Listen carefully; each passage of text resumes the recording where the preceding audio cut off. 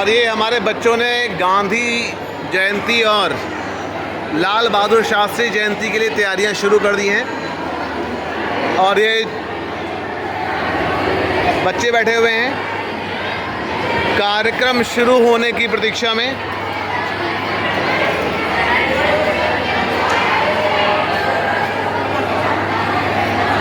और इस तरफ छात्र बैठे हुए हैं। बहुत जल्दी कार्यक्रम शुरू होगा।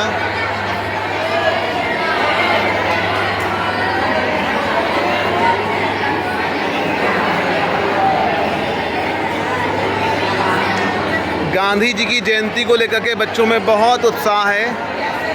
और आज ये हमारे ड्यूटी टीचर्स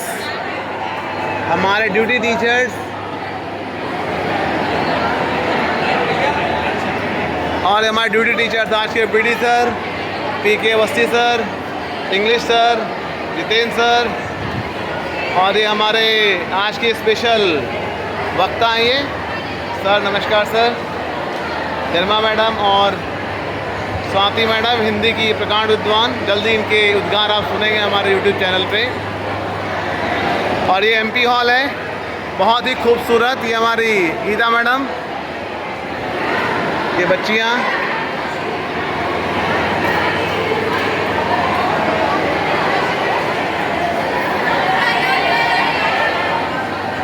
और गीता मैडम हमारी बच्चियों की संरक्षिका।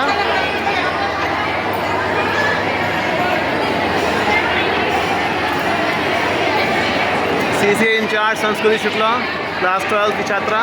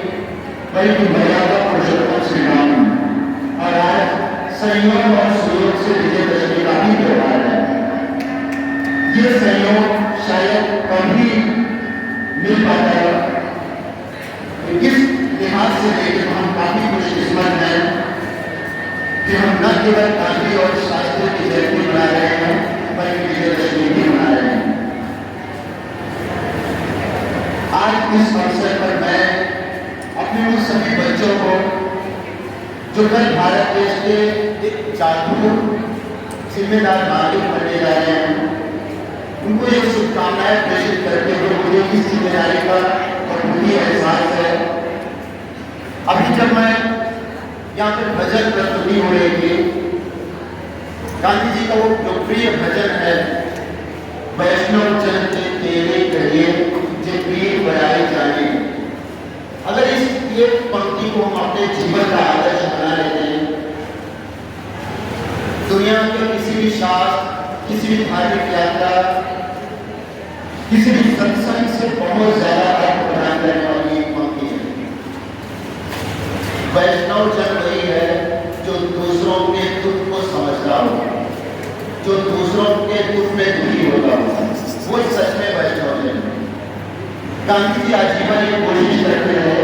मैं गांधी जी का जीवन परिचय बताने के लिए उपस्थित नहीं हुआ।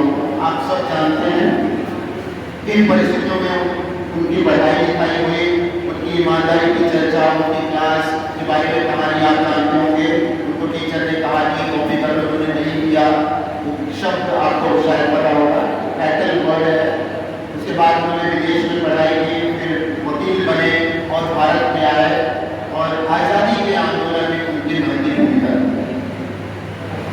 कई बार हम सोचते हैं कि गांधी जी ने जो सिद्धांत लिया, जो प्रिंसिपल उनके थे, ट्रूथ एंड नॉन वायलेंस, सत्य और अहिंसा।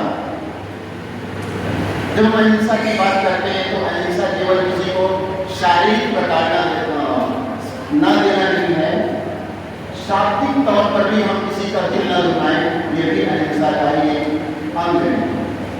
गांधी जी की या कहें हमारे देश की लड़ाई, आज़ादी की लड़ाई जो थी, कैसे उस समय के सबसे ताकतवर देश इंग्लैंड के साथ थी।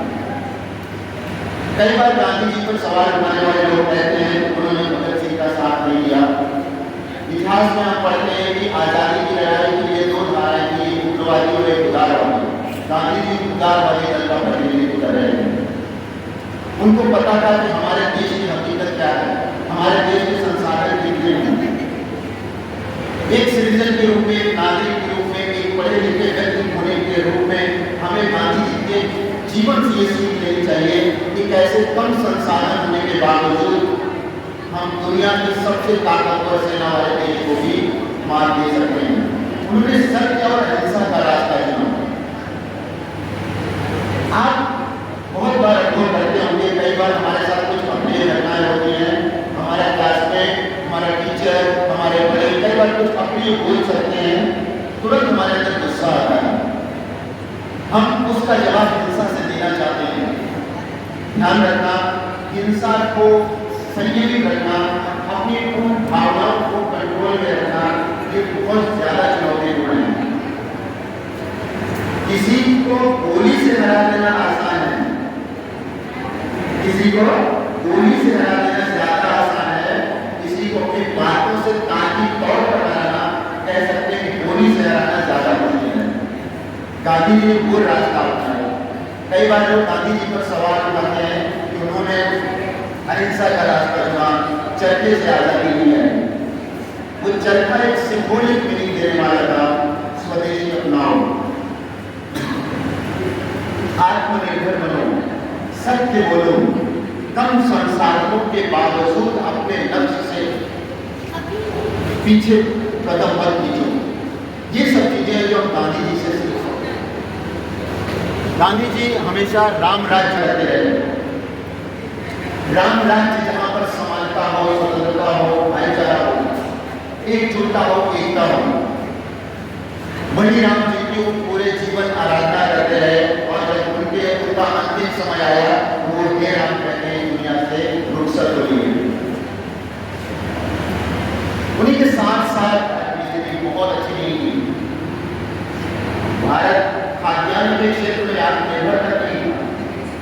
उन्होंने एक दिन का व्रत लेने का संकल्प लिया और पूरे देशवासियों को आह्वान किया कि कम से कम एक दिन हफ्ते में, सप्ताह में अन्न का त्याग करें। पाकिस्तान के साथ युद्ध हो रहा था। उनका कद बेशक छोटा था, लेकिन उनकी सोच, उनका नजरिया बहुत ही बड़ा, बहुत ही दूरदर्शी है। उनके शासनकाल में भारत देश की सेना ने पाकिस्तान की सेना के पर्चे उड़ाए। और हम सब सौभाग्यशाली हैं, हम उस देश में पैदा हुए हैं जहाँ पे गांधी जन्म लिए, जहाँ पे नेहरू जन्म लिए, जहाँ पे शास्त्री जैसे नेता जो सादगी के इबारत लिखते चले गए हमारे सामने।